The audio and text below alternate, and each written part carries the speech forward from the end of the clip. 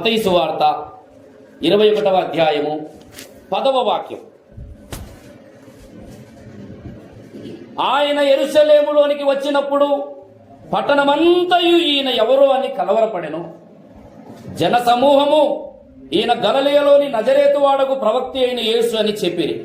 యేసు దేవాలయములో ప్రవేశించి క్రయ విక్రయములు చేయువారిని అందరినీ వెళ్ళగొట్టి రూకలు మార్చువారి బల్లలను గువ్వలమ్ము వారి పీఠములను పడద్రోసి నా మందిరము ప్రార్థనా మందిరం అనబడునని వ్రాయబడి ఉన్నదని చెప్పి అందరినీ యేసు ప్రభువు వారు బయటికి తరిమేశారు. అందరిని బయటికి తరిమేసినప్పుడు చూస్తున్న వాళ్ళేమో కలవరపడ్డారు. కానీ ఆ సందర్భాన్నే చూస్తున్న శిష్యులు ఏమనుకున్నారు? ఇంటిని గూర్చిన ఆసక్తి ఈయనను భక్షించుతున్నదని చెప్పుకున్నారు. అది మనం యోహాను సువార్త 2:17లో చూసాం. ఇంటిని గూర్చిన ఆసక్తి భక్షించుతుంది. మట్టల ఆదివారమున మనము నేర్చుకోవలసిన పాఠాలలో ఒక పాఠం ఏమిటంటే ఇంటిని గూర్చిన ఆసక్తి కలిగి ఉండటం. దేవునికి స్తోత్రం, హల్లెలూయా. చెప్పండి, మట్టల ఆదివారమున మనము నేర్చుకోవలసిన పాఠములలో ఒక పాఠం ఏమిటి? ఇంటిని గూర్చిన ఆసక్తి కలిగి ఉండటం. ఇది చాలా ప్రాముఖ్యమైన అంశం. ఏదో మందిరానికి వచ్చావు పోయావు, వందనాలన్నా వందనాలక్క అని చెప్పుకొని సంతృప్తి పడితే సరిపోదు. ప్రభునందు ప్రియులారా, మట్టలాదివారము అనే ఈ దినాన మనం నేర్చుకోవలసిన పాఠాలలో ఒకటి ఇంటిని గూర్చిన ఆసక్తి కలిగి ఉండటం. ఇంటిని గూర్చిన ఆసక్తి. యేసు ప్రభువు వారు ఇంటిని గూర్చిన ఆసక్తి విషయమై లోకంలోనికి వచ్చాడు. అంతేకాదు, ఆయన పుట్టినది మొదలుకొని ఆఖరి వారం వరకు కూడా అదే ఆసక్తిని కలిగి ఉన్నాడు. దేవునికి స్తోత్రం. ఏదో సంవత్సరంలో ఒక వారమో సంవత్సరంలో ఏదైనా కార్యం జరిగినప్పుడో కాదు ఆసక్తి. ఆయన ప్రారంభించిన నాట నుండి ముగించే నాటి వరకు కూడా తండ్రి అయిన దేవుని ఇంటిని గూర్చిన ఆసక్తి యేసు ప్రభువు వారిని భక్షించింది. అది నువ్వు నేర్చుకోవాలి. యేసుక్రీస్తు మట్టలాదివారపు దినమున చూపించిన ఈ సందర్భం నీ ఆత్మీయ జీవితంలో నువ్వు నేర్చుకోవాలి. దేవుని ఇంటిని గూర్చినటువంటి ఆసక్తి నీ వ్యక్తిగత జీవితంలో నువ్వు ఎలా కలిగి ఉన్నావు? నీవు దర్శించబడినప్పుడు, నీవు రక్షింపబడినప్పుడు, నీవు పట్టబడినప్పుడు దేవుని కొరకు నువ్వు కలిగి ఉన్నటువంటి ఆసక్తే ఈరోజు నువ్వు కలిగి ఉన్నావా? లేకపోతే నీ జీవితంలో ఉన్న ఆసక్తి అంతా అడుగంటిపోయిందా? ఈనాడు సంఘములో చాలా మంది ఆసక్తి విషయంలో మాంద్యులైపోతున్నారు. ఆత్మయందు తీవ్రత లేని వారుగా జీవిస్తున్నారు. ఇలాంటి మట్టలాదివారములు నువ్వు ఎన్ని చేసుకున్నా దేవుని ఇంటిని గూర్చిన ఆసక్తి నీ జీవితంలో లేకపోతే ఇలాంటి ఆదివారాలు నువ్వు ఎన్ని చేసుకున్నా ఉపయోగం. ప్రభునందు ప్రియులారా, ఆసక్తి భక్షించాలి. ఆసక్తి విషయంలో నువ్వు మందుడవు కావద్దు. ఎప్పటికప్పుడు దేవుని కార్యాభివృద్ధి కొరకైనటువంటి ఆసక్తి నీలో బగ మండుతుండాలి. దేవునికి స్తోత్రం, హల్లెలూయా. పోయిన వారం ఆసక్తిగా ఉన్నాం, కానీ కొంతమంది రోజులు గడిచే కొద్ది ఆసక్తిని చల్లారిపోతుంది. ఆసక్తి విషయంలో చాలా మంది చల్లారిపోతున్నారు. ప్రార్థన పట్ల ఆసక్తి ఉండదు, వాక్యం పట్ల ఆసక్తి ఉండదు, సంఘం పట్ల ఆసక్తి ఉండదు, సహవాసం పట్ల ఆసక్తి ఉండదు, దర్శనము పట్ల ఆసక్తి ఉండదు, సేవ పట్ల ఆసక్తి ఉండదు. అనవసరమైన పనికి మాలిన, దేవుడు అప్పగించని, అనుసరించవద్దని చెప్పిన అనేకమైన విషయాలలో నేడు ఆసక్తి కలిగి ఉన్నాము. కానీ తండ్రి ఇంటిని గూర్చిన ఆసక్తి అనేది మరిచిపోతున్నాం. ఈ లోకములో అదే నీ కేంద్ర స్థానం. ఈ లోకములో నువ్వు కలిగి ఉండవలసిన ఆసక్తులన్నిటికంటే తండ్రి ఇంటిని గూర్చిన ఆసక్తి అనేది నీ గుండెల్లో ప్రథమ స్థానంలో ఉండాలి. దేవునికి స్తోత్రం, హల్లెలూయా, హల్లెలూయా. అన్ని ఆసక్తుల కంటే నీకుండవలసిన ఆసక్తి మొట్టమొదటిది తండ్రి ఇంటిని గూర్చిన ఆసక్తి. సమకూర్చుకోవాలనే ఆసక్తి, సంపాదించాలనే ఆసక్తి, పోగు చేసుకోవాలనే ఆసక్తి, ఇవన్నీ తర్వాత నీ జీవితంలో నా తండ్రి ఇంటిని గురించిన ఆసక్తి. ఎవరు నా తండ్రి? నన్ను సృష్టించిన వాడే నా తండ్రి. ఈ లోకమునకు నన్ను పంపిన వాడే నా తండ్రి. ఆయన ఒక చిత్తమును కలిగి ఉన్నాడు, నా పట్ల ఆయన ఒక ఉద్దేశమును కలిగి ఉన్నాడు. దానిని నెరవేర్చటమే నా ఆసక్తి. హల్లెలూయా, హల్లెలూయా. ప్రభునందు ప్రియులారా, ఈ మట్టలాదివారపు దినమున నీ హృదయములో తండ్రి ఇంటిని గూర్చిన ఆసక్తి కలుగునుగాక. హల్లెలూయా. యేసు ప్రభువు వారు చేసినటువంటి కార్యాలలో మనం నేర్చుకునే పాఠం ఏమిటంటే ఇంటిని గూర్చిన ఆసక్తి. తండ్రి ఇల్లు అంటే ఏమిటి? దేవాలయం. తండ్రి ఇల్లు అంటే 3 విషయాలు బైబిల్లో చెప్పబడ్డాయి. మొట్టమొదటిది, తండ్రి ఇల్లు అంటే దేనికి గుర్తంటే దేవాలయము.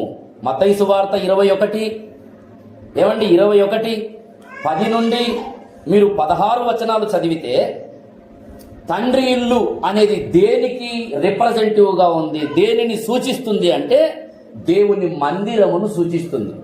మందిరం అంటే ఇదే మనము ఈరోజు కూడుకున్నటువంటి 4 గోడలను గురించి అక్కడ చెప్పబడింది.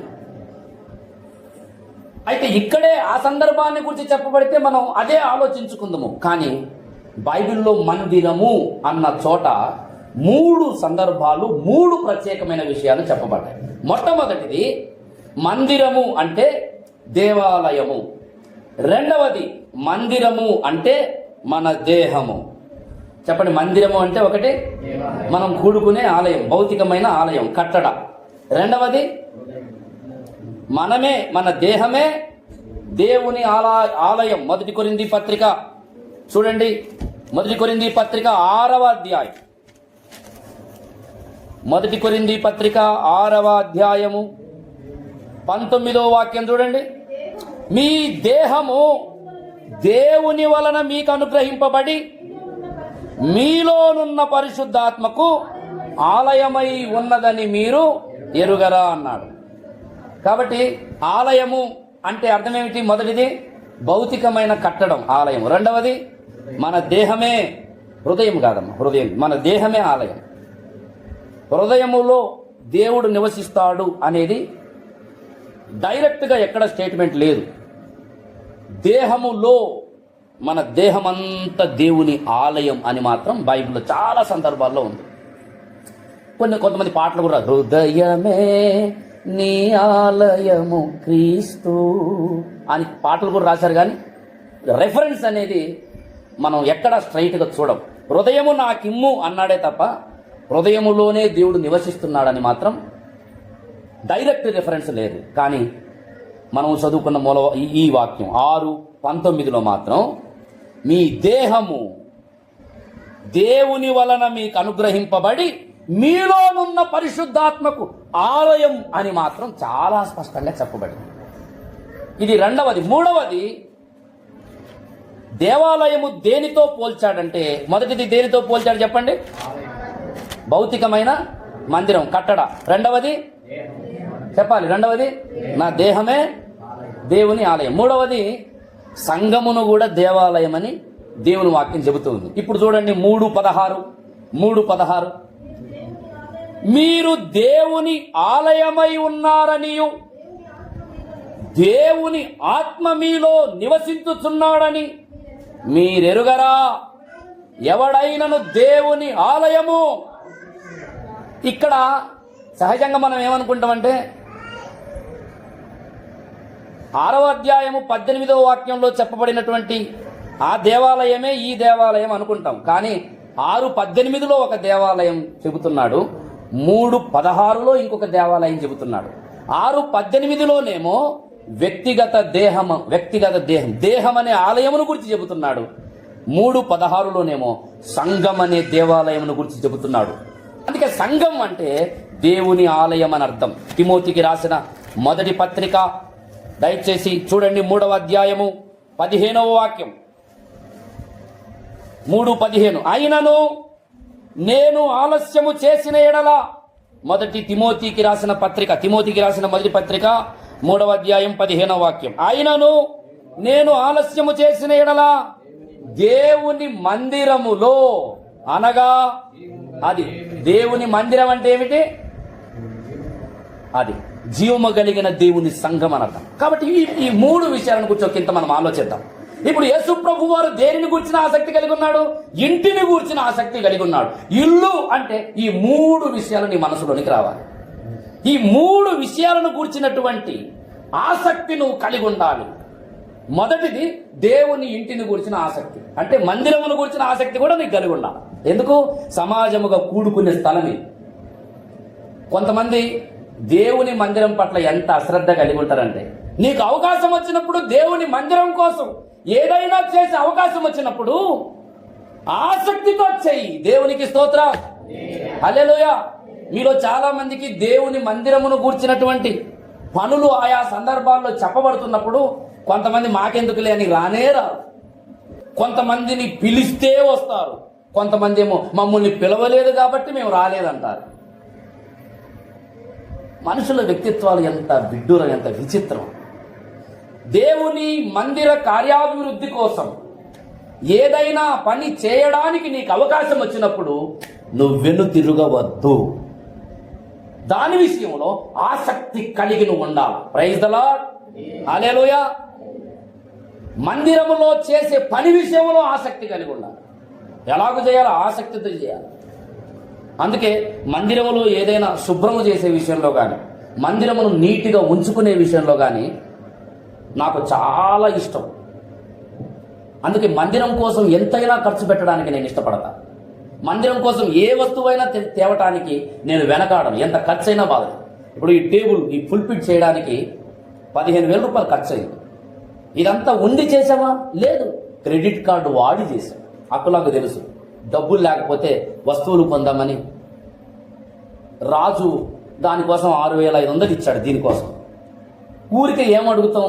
ఆయన పరిస్థితులు ఎలా ఉంటాయని తెలియ ఆలోచించి, లేక క్రెడిట్ కార్డు అప్పటికప్పుడు మాచర్ల పెట్రోల్ బంకులు, అవునా కదా, పెట్రోల్ బంకులు 5,000 రూపాయలు గీకి అప్పు చేసి బ్యాంకులో ఈ ఫుల్ఫిట్ చేయించాం. ఆసక్తి ఉన్నప్పుడు, దేవుని కార్యాభివృద్ధి కొరకైన ఆసక్తి నీకున్నప్పుడు దానికోసం నువ్వెంత శ్రమ పడడానికైనా ఇష్టపడతావు.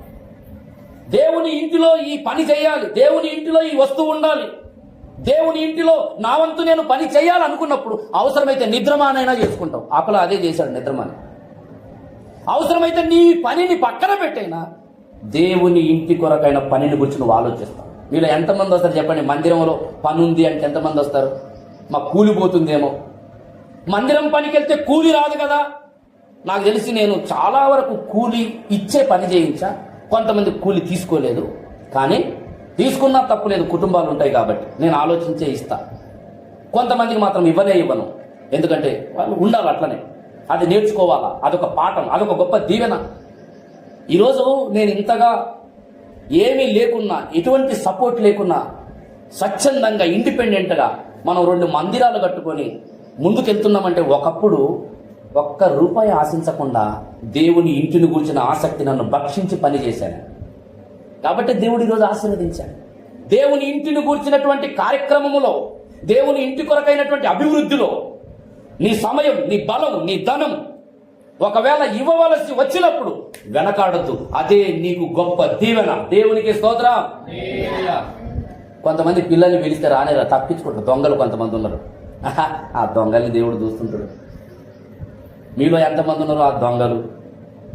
రేపు తాళ్ళపల్లి మందిరం దగ్గర పునాది కట్టాల స్టేజీ కోసం.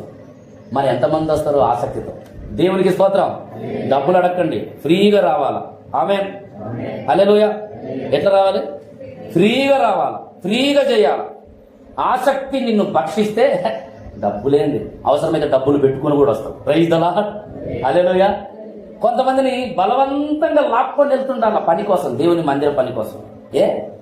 దేవుని ఇంటి కోసం నువ్వు చేస్తే నీ ఇంటిని దేవుడు కడతాడు. Praise the lord. దేవుని ఇంటి కోసం నువ్వు చేస్తే నీ ఇంటి కోసం దేవుడు 100% నిలబడతాడు. ఆయన ఇంటి కోసమైన శ్రద్ధ, ఆశ నీకు లేనప్పుడు నీ ఇంటి కొరకైన ఆలోచన దేవుడు ఎందుకు చేయాలి? ఎందుకు చేయాలి? న్యాయమేనా అది? దేవుని ఇంటి పట్ల శ్రద్ధ, ఆసక్తి కలిగి ఉండాలి. దేవుని ఇంటిని ఎప్పటికప్పుడు శుభ్రంగా ఉంచుకోవాలి. బస్సులో వెళ్తే బస్సులో రాయబడి ఉంటుంది కదా, ఈ బస్సు మన అందరిది, దీనిని బస్సుకే అంత మ్యాటర్ రాస్తే మరి దేవుని మందిరం ఎలాంటిది? ఎంత జాగ్రత్తగా ఉండాలి. యెహోవా కార్యమును అశ్రద్ధగా చేయవాడు శాపగ్రస్తుడను. అశ్రద్ధగా చేయొద్దు. ఏది? ఆసక్తితో చేయాలా. దేవునికి స్తోత్రం. దేవుని మందిర కార్యాభివృద్ధిని ఎలా చేయాలి? అశ్రద్ధగా చేయొద్దు, ఆసక్తిగా చేయాలి. దేవునికి స్తోత్రం. సాకులతో చేయొద్దు, సందేహపడి చేయొద్దు, సంశయించుతూ సనుగుతూ చేయొద్దు, సంతోషముతో చేయాలా. హల్లెలూయా, హల్లెలూయా. ప్రభునందు ప్రియులారా, యేసు ప్రభు ఇంటిని గురించిన ఆసక్తి కలిగి, మట్టలాదివారం అంటే అర్థం ఏమిటంటే దేవుని ఇంటిని గురించిన ఆసక్తి మరలా మనం తెచ్చుకోవటం. దేవునికి స్తోత్రం. సమూయేలు 2వ గ్రంథం 7వ అధ్యాయము 1-2 వచనాలలో చూస్తే దావీదును దేవుడు ఆశీర్వదించిన తరువాత, సమూయేలు 2వ గ్రంథం 7వ అధ్యాయము త్వరగా 1-2 వచనాలు చదవండి.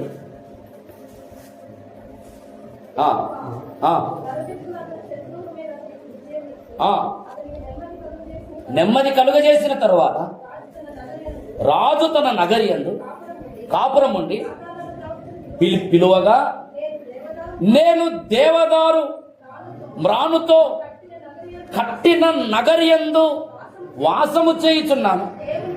ఓ దేవుని మందసమైతే డేరాలలో నిలుచుచున్నది, నేనేమో దేవదారు మ్రానులతో కట్టినటువంటి నగరిలో ఉన్నాను. గాని నా దేవుని మందసం ఎక్కడుంది? డేరాల మధ్య ఉంది, గుడారంలో ఉంది. నేనేమో నగరిలో ఉన్నా, దేవదారు మ్రానులతో వేయబడినటువంటి సేఫెస్ట్ ప్లేస్ లో ఉన్న విలాసవంతమైన పరిస్థితి కలిగి ఉన్నాను. కానీ నా దేవుని మందసం తెరల చాటున ఉంది, నా దేవుని మందసం డేరాల మధ్య ఉంది, నా దేవుని మందసమునకు గుడారం ఉంది. ఆ ఆశ దావీదును భక్షించి తన నగరిలో ఉండలేక, నా దేవునికి నేను ఒక అద్భుతమైన మందిరం కట్టించాలన్న ఆసక్తి దావీదును భక్షించింది. ప్రైజ్ ది లార్డ్, హల్లెలూయా. అదే మందిరమును గురించిన ఆసక్తి ఇప్పుడు యేసు ప్రభువు కూడా కలిగి ఉన్నాడు. ప్రభునందు ప్రియులారా, మనం ఎదుగుతున్నా కొద్దీ దేవుని ఇంటిని గురించిన ఆశ, ఆసక్తి, కార్యాభివృద్ధిలో కూడా నువ్వు ఎదగటం నేర్చుకోవాలి. దేవునికి స్తోత్రం. ఆర్థికంగా నువ్వు అభివృద్ధి పొందుతున్నావా? సామాజికంగా అభివృద్ధి పొందుతున్నావా? కుటుంబంగా నువ్వు అభివృద్ధి పొందుతున్నావా? పనులలో, ప్రయత్నాలలో, వ్యాపారాలలో నువ్వు వృద్ధి చెందుతున్నావా? ఆశీర్వదించబడుతున్నావా? అయితే ఒకటి గుర్తుంచుకో, దేవుని ఇంటిని గూర్చి, దేవుని కార్యాభివృద్ధిని గూర్చి, దేవుని పనిని గూర్చినటువంటి అభివృద్ధి కొరకైనటువంటి అడుగులు కూడా వేసే విషయంలో నువ్వు ఆసక్తి కలిగి ఉండాలి. అందుకే దేవుడు నిన్ను ఆశీర్వదించాడు. కాస్త ఎదిగిన తర్వాత మనం మర్చిపోతుంటాం అన్ని. దేవా, నీ ఇంటిని గురించిన ఆసక్తి విషయంలో నేను ఆసక్తి కలిగి ఉండటకు సహాయం చేయండి. హల్లెలూయా. కొరింథీయులకు రాసిన మొదటి పత్రిక 15వ అధ్యాయము, దయచేసి త్వరగా చూడండి. మొదటి కొరింథీ పత్రిక 15వ అధ్యాయము 58వ వాక్యం. కాగా నా ప్రియ సహోదరులారా, మీ ప్రయాసము ప్రభువునందు వ్యర్థము కాదని ఎరిగి స్థిరులను కదలని వారును ప్రభు కార్యాభివృద్ధి యందు ఎప్పటికీ ఆసక్తిగా ఉండండి. వ్యర్థం కాదని ఎరగండి. నువ్వు ప్రభు కోసం, ప్రభు కార్యాభివృద్ధి కోసం, దేవుని ఇంటి కోసం చేస్తున్నటువంటి ఏ పని వ్యర్థము కాదు. సమయం వ్యర్థం కాదు, నీ ధనం వ్యర్థం కాదు, నీ కష్టం వ్యర్థం కాదు. దాని విషయంలో ఎప్పటికీ ఆసక్తి కలిగి ఉంది. హల్లెలూయా. రెండవది, దేహము అనే ఆలయమును గూర్చి నువ్వు జాగ్రత్త కలిగి ఉండాలి, ఆసక్తి కలిగి ఉండాలి. దేహం అనే ఈ ఆలయమును గూర్చి. ఎందుకు ఈ దేహములోనికి ఏమి జొరబడుతున్నాయి? మార్కు సువార్త, దేవుడు నీకు అనుగ్రహించిన ఆలయం ఏమిటంటే దేహం. వినండి, నా వైపు చూడండి ఒకసారి. దేవునికి ఆలయం ఏమిటి? మనకు ఆలయం ఏమిటి? మనకు ఆలయం ఏమిటి చెప్పండి? మందిరం. దేవునికి ఆలయం ఏమిటి? మనం. మనకు ఆలయం ఏంటి? మందిరం. దేవునికి ఆలయం ఏమిటి? ఆయన కూడా మందిరమేనా? నేనే. చెప్పండి, నేను. అందరి నేను దేవుని ఆలయమును. నువ్వు దేవుని ఆలయం. దేవుడు విలువ పెట్టి కొన్నాడు. తన పవిత్ర రక్తము ఈ ఆలయమును కొనటం కోసమే దేవుడు రక్తధారను కార్చవలసి వచ్చింది, రక్తమును కార్చవలసి వచ్చింది. నువ్వు ఒక ఆలయం, ఆయన ఆలయం. భూమి మీద సకల లోకములను కలగజేసినటువంటి సర్వ సృష్టికర్త అయినటువంటి దేవునికి ఆలయం ఏదైనా ఉంది అంటే అది నేనే. దేవుడు నివసించే చోటు ఎక్కడా? నీవే దేవుని నివాస స్థలం. నేను ఎందుకు ఈ మాటలు చెబుతున్నానంటే, ఈ దేహము దేవుని ఆలయము కనుక దేహమును గూర్చి శ్రద్ధ కలిగి ఉండాలి, జాగ్రత్త కలిగి ఉండాలి. నీవు పిచ్చి పిచ్చిగా ప్రవర్తిస్తా అంటే కుదరదు. నీ దేహం దేవుని ఆలయం. ఈ దేహమును పాడు చేసుకునే పనులు చేయటానికి వీలు లేదు. నీ చూపులతో గాని, నీ నోటితో గాని, నీ మాటతో గాని, నీ హృదయాంతరంగములో గాని, నీ ఆలోచనలతో గాని, నీ మనస్సుతో గాని, వెలుగులో గాని, రహస్యముగా గాని ఎక్కడ నీ దేహమును పాడు చేసుకునే వ్యవహారాలు, విషయాలు నీ జీవితంలోనికి రానివ్వనే కూడదు. నీ ఇంటిని గూర్చిన, దేవుని దేహం అనే ఆలయమును గూర్చిన శ్రద్ధను కలిగి ఉండాలి. శరీర కార్యము లేవనగా అని బైబిల్ చెప్తుంది. శరీర కార్యములు ఎవరి నుంచి వచ్చాయి? శత్రువగు సాతాను నుంచి వచ్చాయి. ఆత్మకార్యాలు ఉన్నాయి. దేవుడు ఈ దేహమును స్థాపించింది, ఈ దేహమును అనుగ్రహించింది. ఎందుకంటే పరిశుద్ధాత్మకు ఆలయముగా ఉండటానికి. హల్లెలూయా. పరిశుద్ధాత్మకు ఆలయముగా ఉన్నటువంటి వ్యక్తి జీవితంలో కనబడే ఫలం ఏమిటంటే ఆత్మ ఫలం. ఆత్మ ఫలం ఏమనగా శరీర కార్యములేమనగా అంటాడు. గలతీ పత్రిక 5లో మీరు చదవండి.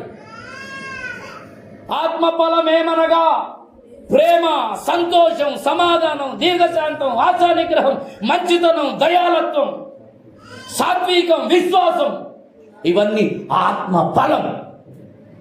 పరిశుద్ధాత్మకు నువ్వు ఆలయంగా ఉన్నావా? ఒకవేళ ఉంటే నీలో పరిశుద్ధాత్మ ద్వారా కలిగే ఫలం కనబడుతుంది.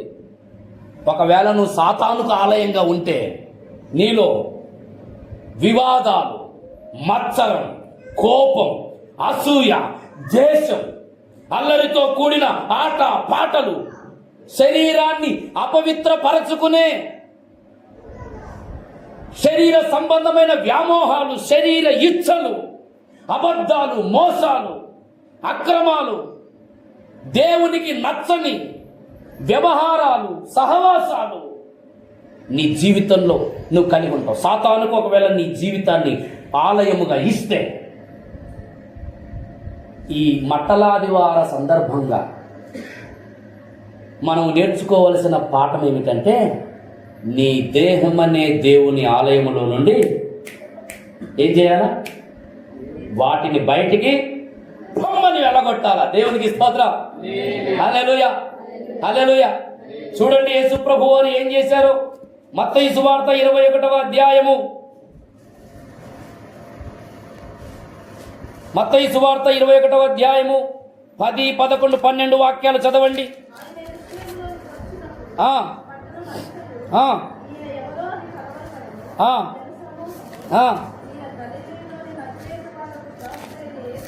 ప్రవక్త అయిన యేసు అని చెప్పి, యేసు దేవాలయములో ప్రవేశించి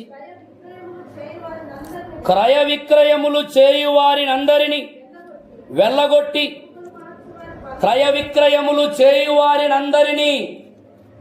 దేవాలయములో ఎవరున్నారు? క్రయ విక్రయములు. ప్రార్థనా మందిరం అనబడే దేవాలయం, పరిశుద్ధమైన దేవాలయం, పరిశుద్ధాత్మకు ఆలయం అనే దేవాలయం, పరిశుద్ధాత్మ ఫలముతో, వరములతో నింపబడవలసిన, వినాలి వినాలి, నింపబడవలసిన ఈ దేవాలయములో క్రయ విక్రయములు చేయువారు ఈ దేవాలయములో వ్యాపారము చేయువారు, ఈ దేవాలయములోనికి పశువులు, పావురములు, రూకలు మార్చువారు. ఒక్క మాటలో చెప్పాలంటే పరిశుద్ధమగు దేవాలయం అంతా లోక సంబంధమైన వ్యవహారాలతో నిండుకుపోయింది. యేసు ప్రభువు వారు అందుకే కొరడాలు చేసి దేవాలయంలో ఉన్న ఒక్కొక్కరిని వెళ్ళగొట్టాడు. ఒకవేళ అదే ప్రభు ఈరోజు మన దేవాలయంలోనికి వచ్చాడు అనుకోండి, నాకైతే మీ హృదయాలు కనబడట్లేదు, కానీ యేసయ్యకైతే మీలో ఎవరికి చోటిచ్చారో, మీలో ఎవరు నివసిస్తున్నారో, మీలో ఏది నివసిస్తుందో ప్రభువుకు తెలుసు. ఆయన దగ్గర నటించడానికి వీల్లేదు. అందుకే ఎవడికి పడితే వాడికి పరలోకం ఇవ్వడు ఆయన, ఎవడికి పడితే వాడికి ఆయన వాగ్దానాలు కూడా ఇవ్వడు. నాకు తెలియదు, మీరు వచ్చి కన్నీళ్లు గారిస్తే అయ్యో పాపం బాధపడుతున్నాడు ప్రార్థన చేస్తా, కానీ దేవునికి తెలుసు ఇదంతా దొంగ కన్నీళ్ళ, నువ్వు బాధపడుతున్నావు కానీ నేనేం బాధపడను. ప్రభుకు తెలుసు. ప్రభునందు ప్రియ సోదరి సోదరులారా, దేవాలయములోనికి వచ్చినటువంటి వాటిని ప్రభు వెళ్ళగొట్టాడు. నీ దేవాలయములోనికి ఏమేమి జొరబడ్డాయో, ఆ రోజు దేవాలయంలోనికి ఏమొచ్చాయి? క్రయ విక్రయములు వచ్చాయి, రూకలు మార్చువారు వచ్చారు, పావురాలు వచ్చాయి, ఆ దేవాలయంలోనికి గొర్రెలు వచ్చాయి. ఆ దేవాలయముగా ఉండవలసిన దేవుని ఆలయం ఎలా మారిందో తెలుసా? దొంగల గుహగా మారిపోయింది. దేవాలయములోనికి దొంగలు వచ్చేశారు, దేవాలయంలోనికి వ్యాపారం వచ్చేసింది, దేవాలయంలోనికి అపవిత్రత వచ్చేసింది. అలాగే ఈరోజు మన దేహం అనే దేవాలయంలోనికి కూడా సాతాను వచ్చేస్తున్నాడు, ఆక్యుపై చేసుకుంటున్నాడు, పాపం ఆక్యుపై చేసుకుంటుంది. మార్కు సువార్త 7:21 చూడండి. హృదయములో నుండి, మార్కు సువార్త చదవండి 7:21. లోపల నుండి అనగా అది దేవాలయములో నుండి దురాలోచనలను, జారత్వములను, దొంగతనములను, నరహత్యలను, వ్యభిచారములను, లోభములను, చెడుతనములను, కృత్రిమమును, కామ వికారమును, మత్సరమును, దేవదూషయు, అహంభావము, అవివేకము. అయ్యయ్యో, పరిశుద్ధాత్మకు ఆలయం, పరిశుద్ధ కార్యాలకు ఆలయమైన దేవాలయంలోనికి అహంభావం, వ్యభిచారం, అసూయ, మత్సరం, కామక్రియలు, కామవాంఛలు, శరీర ఇచ్చలు, మోసములు, అబద్ధములు, అసూయలు, ద్వేషాలు ఈ రోజున దేవుని ఆలయం అని పిలువబడుతున్న క్రైస్తవునిలో లేవంటారా? ఇక్కడ కూర్చున్న ప్రియ సోదరి సోదరులారా, నీ దేహం అనే ఆలయం ఎలా ఉందో ఒకసారి పరీక్షించుకో. నీలోనికి ఏమొచ్చాయి? నీలోనికి వచ్చి కూర్చున్న వాటిని గూర్చి నువ్వు ఆలోచిస్తున్నావా? పర్వాలేదు అనుకుంటున్నావా? యేసు ప్రభు వారు వెళ్ళగొట్టినని రాయబడి ఉంది. మట్టల ఆదివారం అంటే అర్థం ఏమిటంటే, నాలోనికి ఇంతవరకు వచ్చి కూర్చున్న వాటిని బయటికి వెళ్ళగొట్టడం. దేవునికి స్తోత్రం.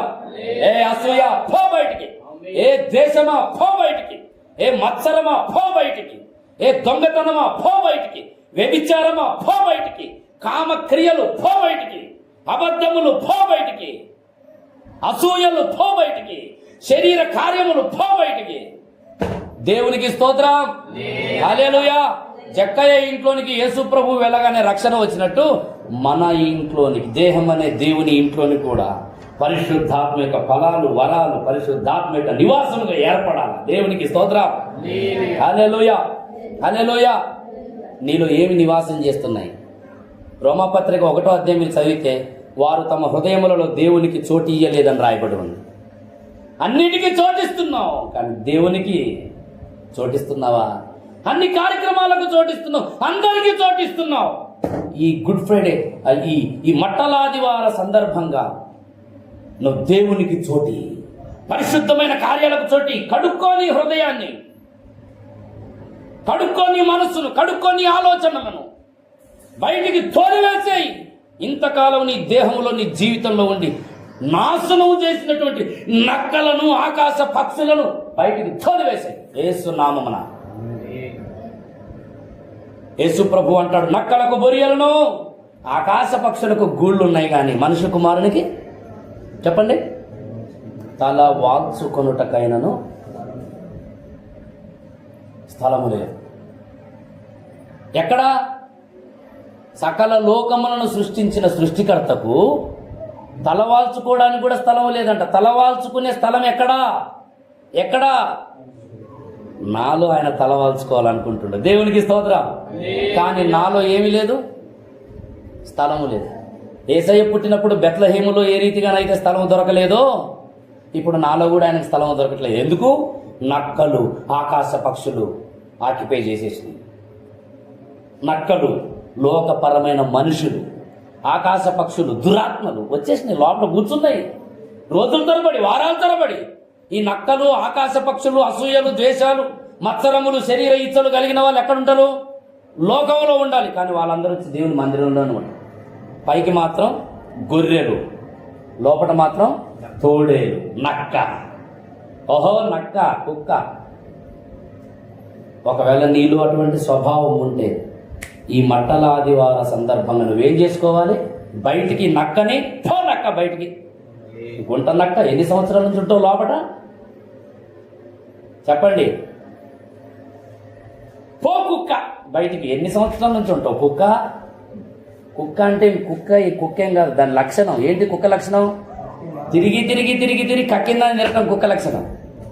అంటే విడిచిపెట్టిన వాటిని మళ్ళీ మళ్ళీ మళ్ళీ మళ్ళీ చేయటమే కుక్క లక్షణం. పొమ్మనాల బయటికి యేసునామమున. హల్లెలూయా. దేహం అనే దేవాలయమును గూర్చిన శుద్ధి విషయంలో జాగ్రత్త. ఇకపోతే మూడవది, సంఘం అనే దేవాలయమును గురించిన ఆసక్తి కూడా మనం కలిగి ఉండాలి. దేవునికి స్తోత్రం. సంఘం అనే దేవాలయములోనికి కూడా ఏవి చొరబడకూడదు. ఏమి? దుర్బోధలు, తప్పుడు బోధలు. జాగ్రత్త సుమా. అందుకే సంఘములో నిన్నెందుకు స్థిరపడమని చెబుతున్నామంటే, ఒకవేళ సంఘములో నువ్వు స్థిరపడకపోతే సంఘములోనికి ఏమొస్తాయి తెలుసా? దుర్బోధలు వస్తాయి, తప్పుడు బోధలు వస్తాయి, ఈడ్చుకెళ్లే బోధలు వస్తాయి, కొట్టు